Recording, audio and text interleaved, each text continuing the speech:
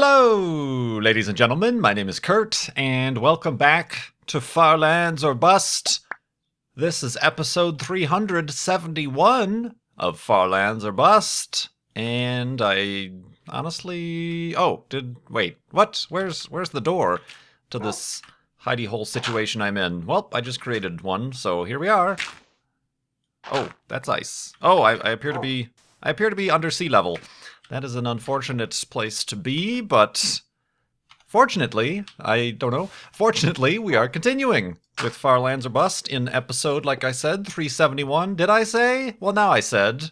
Like I said, episode 371 of Farlands or Bust. It is Friday, June 27th, 2014, and we're still raising money for Child's Play charity over at farlandsorbust.com. Up to $5,812.40 raised for Child's Play charity this season.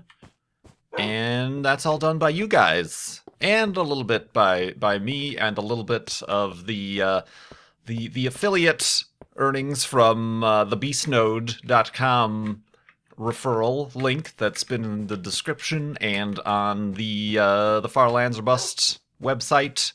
Like I mentioned a while ago, there's a coupon code if you do want a Minecraft server over at beastnode.com. Coupon code of Wolfie. Woof? Guess not. Yep, there we go. A coupon code of Wolfie will get you 10% off of that, but then also the affiliate percentage I then turn around and donate to Child's Play charity.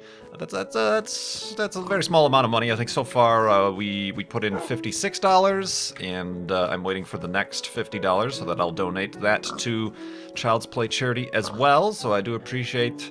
However, the funds go towards Child's Play charity. Oh, I was gonna attack some pigs, but I don't need any food for Wolfie.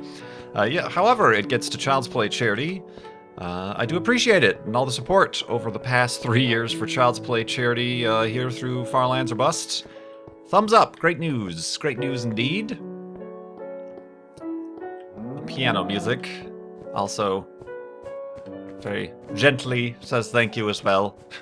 But yeah, there's a lot of yesterday. There's a lot of new stuff and features coming to YouTube, and I do feel like talking about that eventually, but maybe not today. I have a lot of other things to talk about, and also, speaking of YouTube and features returning to YouTube that should have never left, MC Gamer, as I mentioned, has his channel mysteriously and without reason or even notification, his channel suspended, but it's back. It is back. I'm not quite sure who helped him get it back, because he didn't seem to be getting quite the response from his network that one would hope. But MC Gamer, his channel is Super MC Gamer on YouTube. So go check his channel out and welcome him back and subscribe to his channel and all that fun stuff. Because that's just a really weird thing. YouTube can add all of these special features and 60 frames per second HD video for gaming content and tip jars, which, by the way, I'm the one who kind of coined the term tip jar, but and all this other stuff, but they still need to get certain parts of their act together in a much more urgent matter than I would say bringing 60 frames per second or any of these other questionably necessary features to YouTube, but that's just me, old overly critical Kurt here, shakes fist at the hand that feeds him right here. But yeah, that go check out MC Gamer and welcome him back. He's very happy to have his channel back, and I don't know if there will ever be a proper explanation as to what happened, but I'll just leave that up to him. He just seems he's not quite the person to cause a stink. I would cause a stink. There would be a pungent wafting of stinkitude if any such things. And I do cause a stink when there's problems with Content ID and all that other crazy stuff, or upload problems, or poor design decisions on YouTube's part. But anyway, we're going to try to be a little bit positive. A positive thing to think about is that Mars is a planet, and Curiosity, the large rover, has reached its 1-year milestone on Mars. Now, you may be saying, Kurt, it's actually been on Mars for more than a year. This is true, but this is the Martian year, its first Martian year, its trip around the sun on the surface of Mars. That is 669 Mars days, 687 Earth days. It takes Mars to orbit the sun, so that is how long it has been on the surface of Mars doing science, and that is actually, technically, that means it is a mission success. The mission parameters only originally ever called for a lifespan of 1 Martian year to be doing science, jeez Wolfie, on Mars. So mission success. Shut off the switch. We're done. Just kidding. It's actually going to continue its mission. It's going to continue driving. It's actually it's driving towards its goal of reaching the base of Mount Sharp, which is a feature in the area of which it landed. And it will do a lot of science there. There's a lot of interesting geology that they have to learn from the bottom of the mountain. Obviously, they're looking for signs of liquid water, past or present, and that would flow downwards. And I'm not sure the exact science or reasoning behind why they're choosing this point, but very interesting. And the current funding for the current mission as it stands runs out October 1st, and NASA is going to then decide to extend the operational mission an additional 2 years, which is fairly standard for most NASA missions, like the other Mars exploration rovers, Opportunity and Spirit, even though Spirit has since gotten stuck and ran out of battery and died. Opportunity, still 11 years on, is still roving around, even though its original mission cycle was only 90 Earth days. So, that's some pretty crazy stuff. And Curiosity doesn't have the limitations of needing clean solar panels because it is run on nuclear power. Speed power. Nuclear power. So I'm not sure exactly what the fuel duration of that is. I think realistically, the rover, the electronics, the science experiments will die before the power does, as far as that is concerned. And the one thing that they haven't started having issues, but they've noticed some significant wear and tear on the wheels. Curiosity has 6 wheels on its little kind of cool. I don't even know what kind of crazy suspension that's called. I'm sure there's a technical engineering term for it, but the wheels are very lightweight aluminum or aluminium, depending on where you come from. And they're noticing with the cameras, they inspect the rover to make sure everything's all right. The cameras are showing there's a lot of punctures and holes and rips in these tires that they didn't anticipate from just traveling over the rocks. And obviously, every milligram of weight counts on this rover, so they save a lot of weight on the tires, the wheels, so that's why they didn't use a more robust and sturdier material, is because if you make the tires as thin and as light and as practically non-existent as possible, then you have additional weight that you can then put into another science experiment or something more critical on the rover itself. So, strangely enough, tires, the wheels on rovers are kind of the last thought given to a rover. And it's actually, even with all these punctures, they look pretty significant. There's like big gashes missing and bent up pieces of this aluminium that are caused by rocks puncturing through. But the motors, each tire has its own motor. Wheel, tire, it wouldn't be a tire. Tire is like a rubber thing. Okay, so wheel, let's call them wheels. Rover wheels has its own motor, and they're designed for maximum torque versus RPMs or speed. So the thing I heard about when they first started seeing these problems is that realistically, these wheels could lose all of their treads and it would just have the same amount of gripping because of simply how much torque these motors on each of the wheels provides. So it's the only thing and might be the one limiting factor as to the age, and they are on their journey to Mount Sharp. They are taking a slightly longer path so as to avoid different fields of rocks that have been prone to cause these problems with the wheels. But hooray! Happy Mars birthday to the Mars Curiosity rover. Fun times indeed. Let's go to sleep and continue talking about things and stuff in the morning.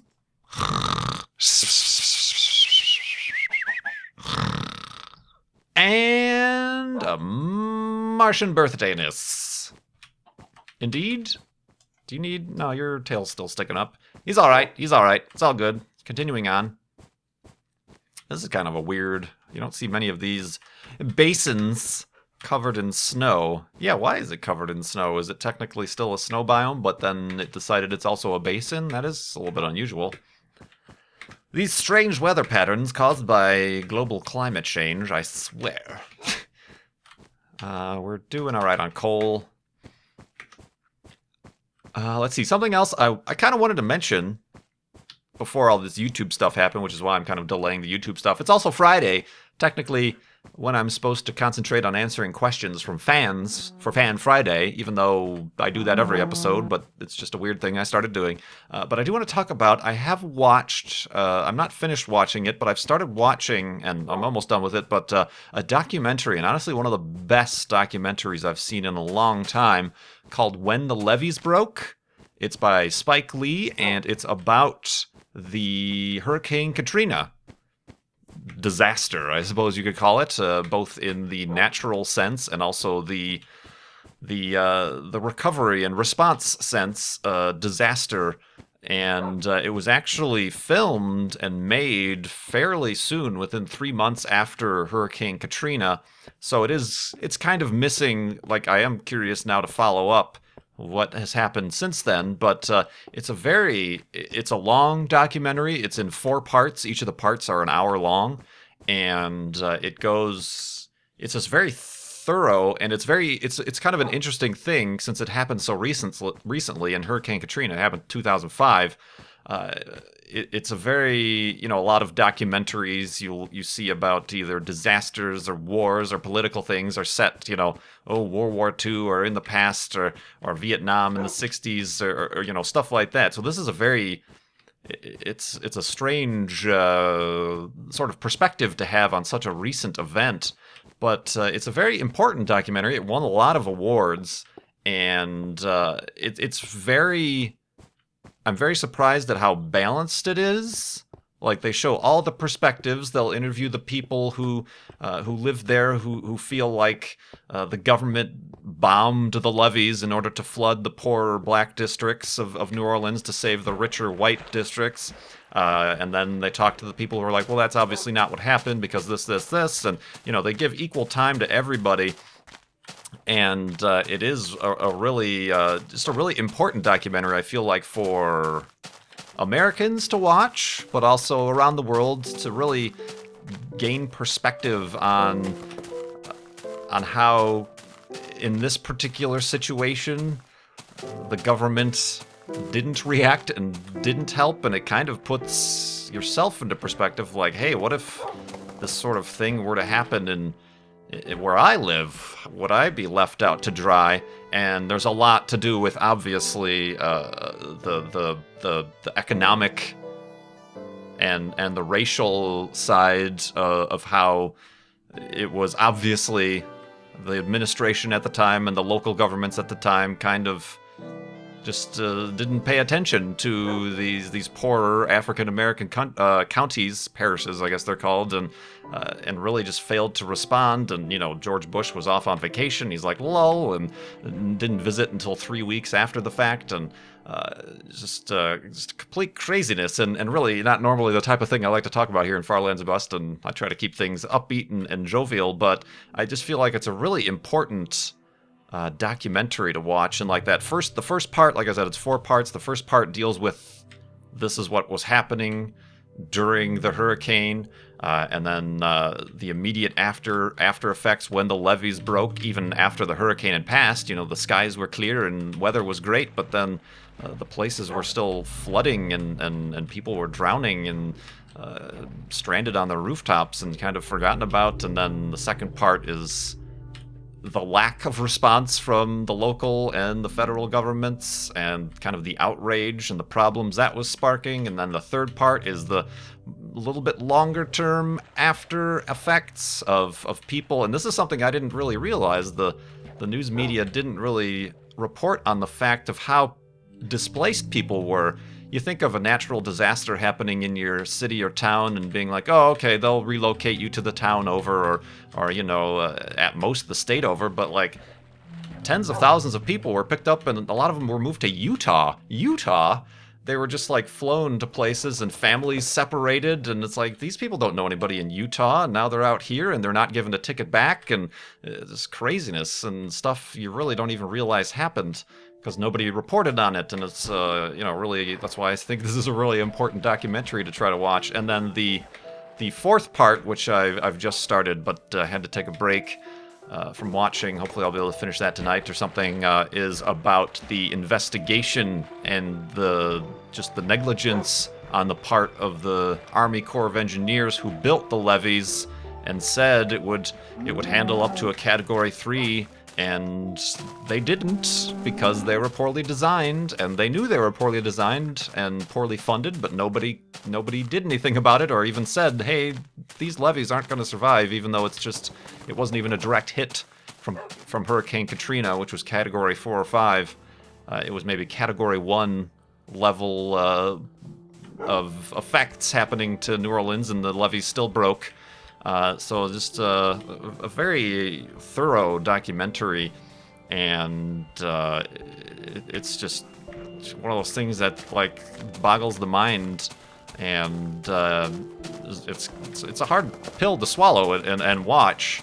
And there's a lot of very angry people for very right reasons who still have not gotten any sort of response or payback from the people who abandoned them, and really a tough thing. And even there's the part of me, the little bit of the global perspective that I look at, and I think us silly humans who build a major city on the shoreline of the Gulf of Mexico that resides 6 feet under sea level, right in the path of Hurricane Alley. It's Pompeii. It's building a city under an active volcano. It's kind of, well, obviously this is going to happen. Maybe we shouldn't have built a city here. So that's part of it, and that actually they do touch on that and make the comparison early on to Pompeii. But it's still, well, these people still exist, and this is their home, and why were they abandoned? And sure, there was an evacuation order given.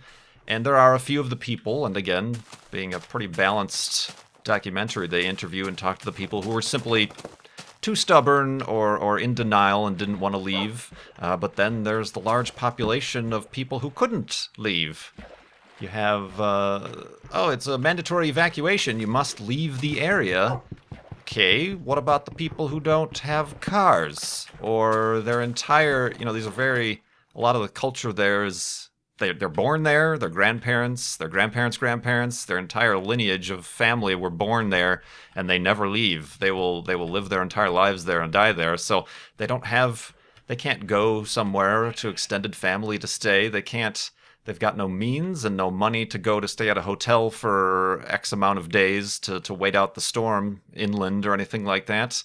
They kind of forgot about all these people, and that was the whole group of people who ended up seeking refuge in the Superdome or whatever that was there, which turned out to be a completely disaster area itself. And blah, I'm sorry. Just watch the documentary. I could talk about it all day here, but it's pretty crazy. And, again, it does... Even myself, I am fortunate to be a Caucasian male who has some money that I could have been somebody who could have evacuated or found a place to stay. But even beyond that, you do think about, it's kind of the trope of the natural disaster apocalypse type of movie thing, and you see all the cars on the side of the road, and the zombie apocalypse is always what is kind of given to it, and a lot of these movies and stuff always have some sort of overwhelming, like, government or military, like, control over the situation and trying to bring things under control. And when you look at it, you think, well, really, they don't seem to be in control at all. What would I do in this situation if we're just completely abandoned? And makes you want to think of, like, maybe these people who post up on the internet and have their forums about having what are they called? Not everyday carry. That's kind of like an organizational thing that's around the internet, but a go bag or a bug out bag.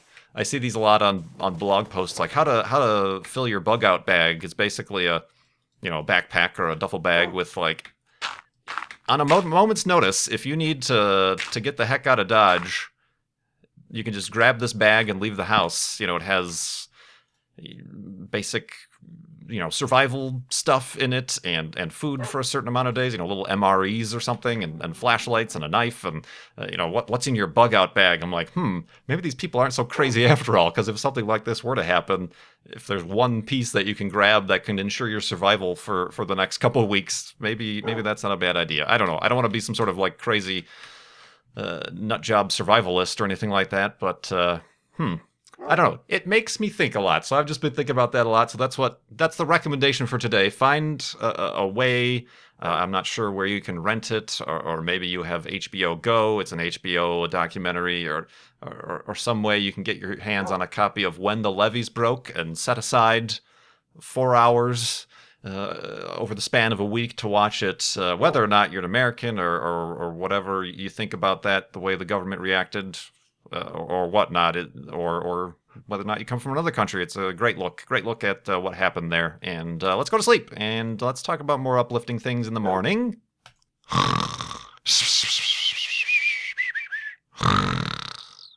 And awakeness. Mountain sheepness. Cliff sheep? Cliff sheep. Heathcliff. Ow! Huxtable. How you doing? I'm the one taking damage here, not you, Wolfie. Do I have a boat? I should buy a boat. I already made that joke earlier this week. So yeah, let's start answering questions here from donors to Child's Play Charity. When you donate to Child's Play Charity, you can leave a comment. Hey, get back here, boat. And with that comment, you can ask a question, and I will try to, if I haven't recently answered it, or if it's something I don't mind answering, or that I have an answer to, I'll answer it here in an episode of Firelands or Bust. An anonymous donor asks, do you prefer orange juice with or without pulp? To me, orange juice without pulp is really not orange juice at all. Well, that is a line in the sand you have drawn, sir.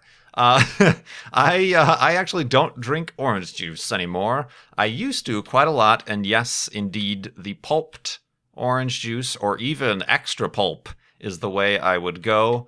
But I've recently found that the citrusy, juicy type juices do a number on my stomach. In addition to what gluten does, it's just too, lemonade, orange juice, grapefruit juice, any of that stuff. Really, apple juice is okay, but those really citrusy with the citric acid juices really are no good for me, so I just avoid them. I do like the taste of fresh, like if you could find a breakfast place, and there's a couple in Chicago and in the area that have, like, not stuff that they just pour out of a box, but fresh squeezed orange juice, like that is pretty amazing, and is generally a little bit easier on the stomach because it's less of that preservative citrusy taste and more actual orange juice. That is a rare pleasure indeed. But yeah, I can't remember the last time I actually had like a full glass of orange juice, to be honest. It's mostly coffee in the morning and water throughout the day. It's the only thing I drink. Like I mentioned a few episodes ago, iced tea. It's kind of the flavored liquid that I imbibe on. But otherwise, yeah, interesting. That was a new question. Thank you very much for that and the donation. Let's see here. Oh, I did actually, I got a few questions in the last episode in the comments. I can also answer those really quickly as well from bio_at. Can your neighbors hear you record? I don't know. Let me ask them. No, I honestly don't know. It's certainly possible because I do share a wall with them. But I don't necessarily hear them all that much, except for the garage doors. And there's other neighbors other than the garage door neighbors who I actually share a wall with. The garage door neighbors I share a floor to their ceiling with. But yeah, I don't know. I've never asked. I've actually, in my time living here, I've never spoken a word to any of my neighbors. And I know that sounds like absolute balderdash by most people's standards, neighborly standards, but that's the way I roll socially, is not talking to your neighbors. Despite the awkward moments when you go to take the recycling bin out, only to find that they are as well, and you're like, oh gosh, I think I'll wait in my garage for an additional 20 seconds to pretend like I'm arranging the recycling bin so that they can get out of my path, and then I will continue with my duties. But yeah, I have no idea. And I really don't care. I assume they're mostly working during the day while I'm recording, but yeah. I think, I'm... Whoa, what? Oh, floating block of sand, floating block of sand, casting a shadow, transit of sand. Oh, that song really had no sort of tune or tempo whatsoever. It was experimental. It's like beat poetry. The next question, was in the comments as well. In response to something I said last episode about during the summer observing astronomy, doing amateur astronomy in the summer. Mosquitoes are a big pain, literally, in the skin. A pain in the skin. They suggested to clear the bugs, just bring a citronella burner. You'd think so. First of all, I've never had much luck with those actually working. Whoever suggested that might not really understand the ferocity of northern Illinois mosquitoes, but also the fact that citronella, obviously you don't want a citronella burner with open flame because that will affect your night vision, your dark adaptation while you're observing. Yes, even a tiny little flame will screw your pupils up and you won't be able to see the things you should be able to see. But I know there are flameless citronella burners. Citronella itself is actually something that will attach itself to your equipment, your telescope, and eat away at plastics. Same thing with, I say, mosquitoes are a problem. Yeah, you can put DEET on, but you have to be careful to wipe it off your hands because if you touch your eyepieces, which generally have plastic or rubber, mostly rubber casings, rubberized casings and whatnot, if those come into contact, I have a feeling this entire beach is going to collapse. There's zombies and stuff underneath. I must experiment. I must also... Oh, the boat didn't break. How about that? Wolfie, I'm going to have you sit down just in case something drastic does happen. Nope, over here. But yeah, so even though I do spray it all over the place and in my face and down my shirt, the off, put your off on. The off is the bug repellent. You don't want to have it on your hands, because it'll cause problems for your very expensive telescopic equipment. Where are these guys? They seem to be over here. Oh, this is a bad idea.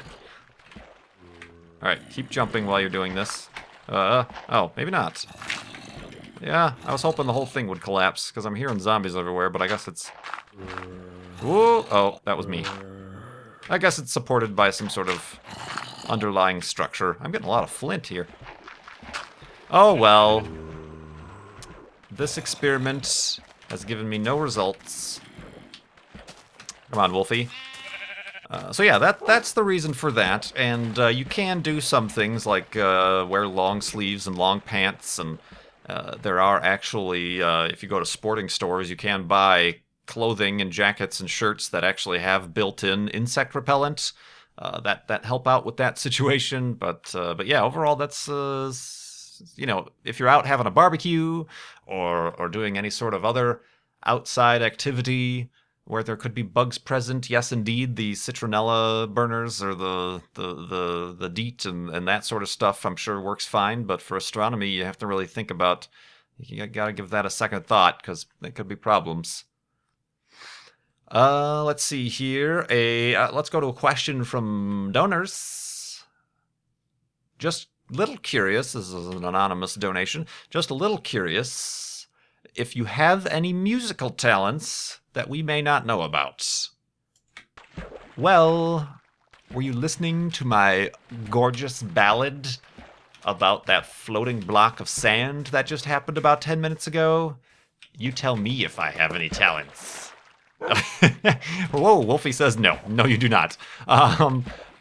No, not really. I did own, well, I do still own, but in high school, I went through the typical high schooler phase of wanting and having a guitar and thinking that I would be able to learn the guitar and become some sort of famous huge rock star or something like that, but I never got all that great at it because I never took any lessons or tried to properly learn or practice an extended amount of time. In college, I took as one of these wacky requirements, although this was an okay one. I kind of liked that this was required. I took a piano. You had to take a music elective for the credits, and I took a piano course, and I felt like I was pretty good at that. I pick it up pretty good. I pick it up, but pretty good. And, you know, the teachers always seem to have said that I have like a built-in tempo, like a rhythm. And, you know, you can tell when some people don't have rhythm. It's just, there's no... Although, once again, don't just listen to what I sung about the floating sand. Perfect tempo and rhythm and pitch. But otherwise, you know, that's something, and that was the first time I actually learned to read sheet music. I have since forgotten. I don't own a piano or anything. We just use the ones at the school.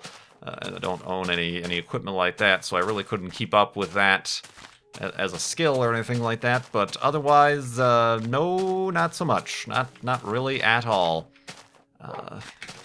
I remember playing the recorder in middle school. Did everybody have to do that in middle school music class? Play the recorder?